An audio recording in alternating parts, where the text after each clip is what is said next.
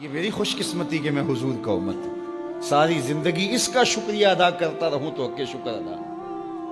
ہم حضور کے امتی، نبی انتظار کرتے رہے، نبی منتظر رہے۔ حضرت خلیل اللہ کی بارگاہ میں پکار رہے ہیں، ربنا وابعث فیہم رسولا، مالک رسول بھیج دے۔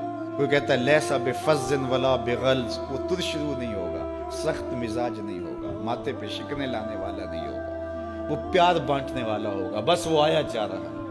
حضرت عیسیٰ نے تو نام بھی بتا دیا نا، مبشرم برسول یاتی من بعد اسمہ احمد، لوگوں میں جا رہا ہوں، چلو نام بھی بتا دیتا ہوں، میرے بعد جو آنے والا اس کا نام احمد ہوگا۔ نبی انتظار کرتے رہے، 12 نبیوں نے انتظار کیا حضور کی امت میں ہونے کے لیے، تمنا کی۔ نستورہ راہب انتظار کرتا رہا، بحیرہ راہب انتظار کرتا رہا۔ شب ہجر کی سختیاں کوئی اس سے جا کے پوچھے، تیری راہ تکتے تکتے جسے صبح ہو گئی۔ زندگیاں گزار دی انہوں نے۔ سلمان فارسی کی کہانی سن لو، مجوسی کے بیٹے تھے، حق کی طلب میں نکلے، باپ نے گھر سے نکال دیا، ایک پادری کے پاس جا کے رکے، زندگی بھر اس کی نوکری کی۔ جب اس کا آخری وقت آیا، اس نے کہا میری تدفین کے بعد غموریا چلے جانا، وہاں کا پادری خدا رسیدہ ہے، تجھے اس سے کچھ مل جائے گا۔ کہتے میں وہاں سے غموریا آ گیا، پھر اس پادری کی ساری زندگی خدمت کی۔ جب وہ مرنے لگا تو اس نے کہا کوئی ایسا شخص نہیں ہے جس کے پاس اب میں تجھے بھیجوں، لیکن نبی آخر الزمان کے ظہور کے لمحے آ گئے، تو یہاں سے یثرب چلا جا، وہ اس نبی کی ہجرت گاہ ہوگی، تیری زندگی سنور جائے گی، تو نے بڑی محنت کی ہے، بڑی نوکری کی ہے میری۔ کہتے میں نے اس کو کہا کہیں ایسا نہ ہو میں دھوکہ کھا جو مجھے کوئی نشانی بتا دے۔ اس نے کہا 3 نشانیاں، ایک صدقہ نہیں لے گا، دوسرا ہدیہ رد نہیں کرے گا، تیسرا 2 کندھوں کے درمیان مہر نبوت ہو۔ کہتے ہیں میں نے اس کی تدفین کی، یثرب کی جانب جاتے ہوئے ایک قافلے میں شامل ہو گیا، انہوں نے مجھے پکڑ کے اپنا غلام بنا لیا، لیکن میرے پہ مہربانی یہ کی کہ مجھے بیچا جا کے مدینے میں۔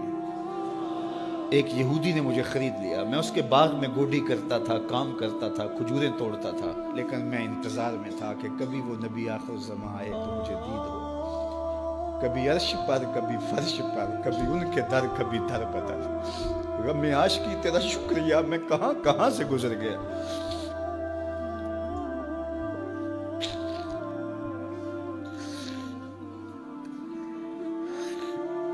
کہتے ہیں ایک دن میں اپنے باغ میں کھجوریں توڑ رہا تھا کہ ہواؤں میں مستی پیدا ہو گئی اور ہر سمت سے طلع البدر علینا کی صدائیں گونجنے لگیں۔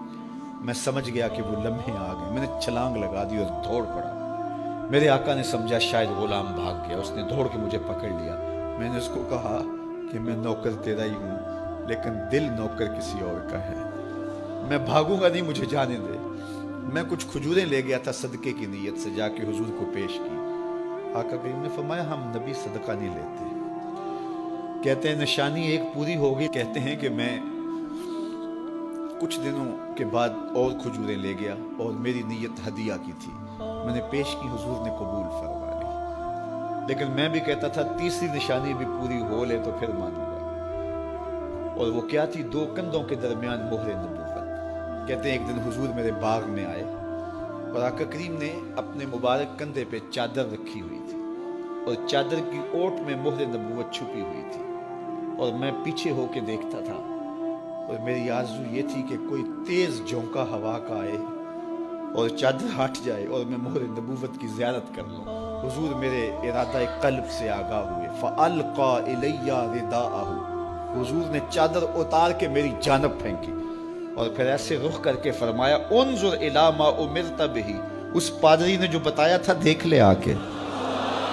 تو کہا میں نے دیکھا کہ حضور کے دو کے درمیان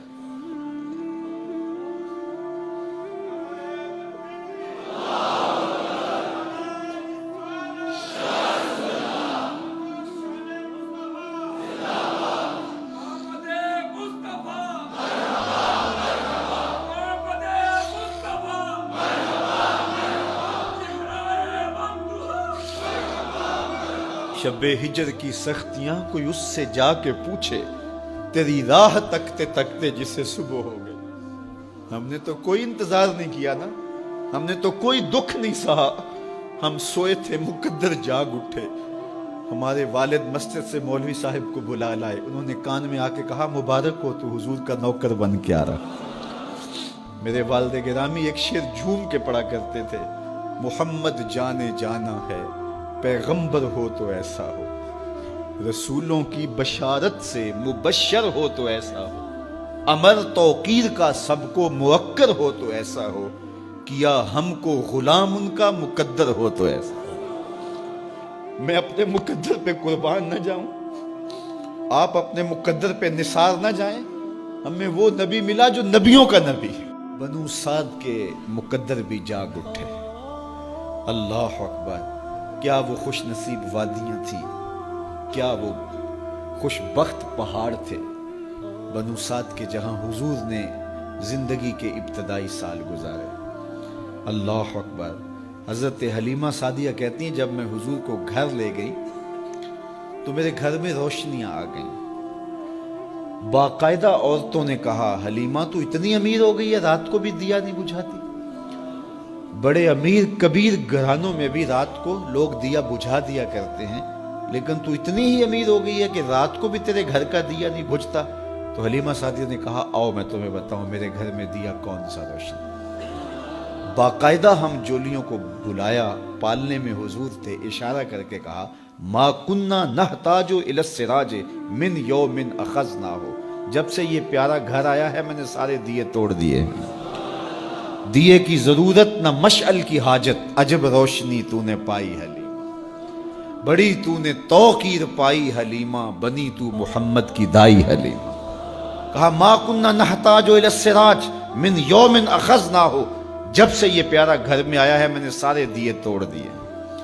جہاں روشنی چاہیے ہوتی ہے حضور کو اٹھا کے اس کمرے میں لے جاتے ہیں, وہاں انوار پھیل جاتے ہیں, روشنیاں پھیل جاتی ہیں. کیسے اجالے پھیلے, کیسی روشنیاں پھیلے. حلیمہ دا چھپر کھجوری دے تھلے, حوراں وچھالے نوری مسلے, فرش تو عرش تک پہ گئی دہائی, حلیمہ نے لٹ لئی خدا دی خدائی. اللہ اکبر. وہ سارا دن تو صحراؤں میں گھوم لیتی تھی, اسے جب بھوک لگتی تھی لبوں کو چوم لیتی تھی. بخت جاگے حلیمہ سعدیہ کے حضور ان کے گھر آئے. اللہ اکبر. جدھر سے گزرتے گئے نور پھیلتا گیا, انوار پھیلتے گئے. حضرت سیدہ طیبہ طاہرہ حضرت عائشہ سلام اللہ علیہا فرماتی ہیں کہ میں کچھ سی رہی تھی کہ میرے ہاتھ سے سوئی گر گئی. اب حضور کے گھر میں دیے میں جلانے کے لیے تیل بھی نہیں تھا. میں پریشان تھی, سوئی گر گئی. اتنے میں حضور تشریف لائے. حضور مسکرائے, کہتی ہے میں نے گمی ہوئی سوئی تلاش کر لی. اللہ اکبر. تو یہ روشنی تھی, یہ انوار تھے. اللہ اکبر. اذا ضحک یتلالع فی الجدر, جب حضور مسکراتے تھے سامنے والی دیواروں پہ عکس پڑتا تھا. اللہ اکبر. جب مسکراتے تھے نور پھیل جاتا تھا. اذا تکلم رؤیا کالنور یخرج من بین ثنایاہ, حضور کے سامنے والے دانتوں میں ہلکا سا فاصلہ تھا, اور جب آقا کریم گفتگو کرتے تھے وہاں سے نور کی کرنیں چھن چھن کے نکلتی تھیں, انوار پھیل جاتے تھے.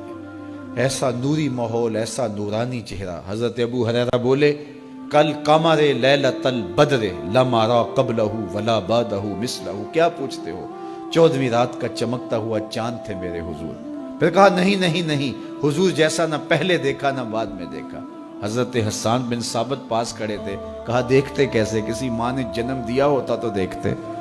خدا نے وہ سچائی پن چھڑیا جدے وچ محمد نو ٹالیا سی. حسینہ جمیلہ دا منہ موڑ دیتا, محمد بنا کے قلم توڑ دیتا. مثل او در عالم امکان متصور نیست. حضرت شیخ مجدد کہتے ہیں حضور کی مثل بزم عالم میں ممکن ہی نہیں ہے, ہو ہی نہیں سکتا.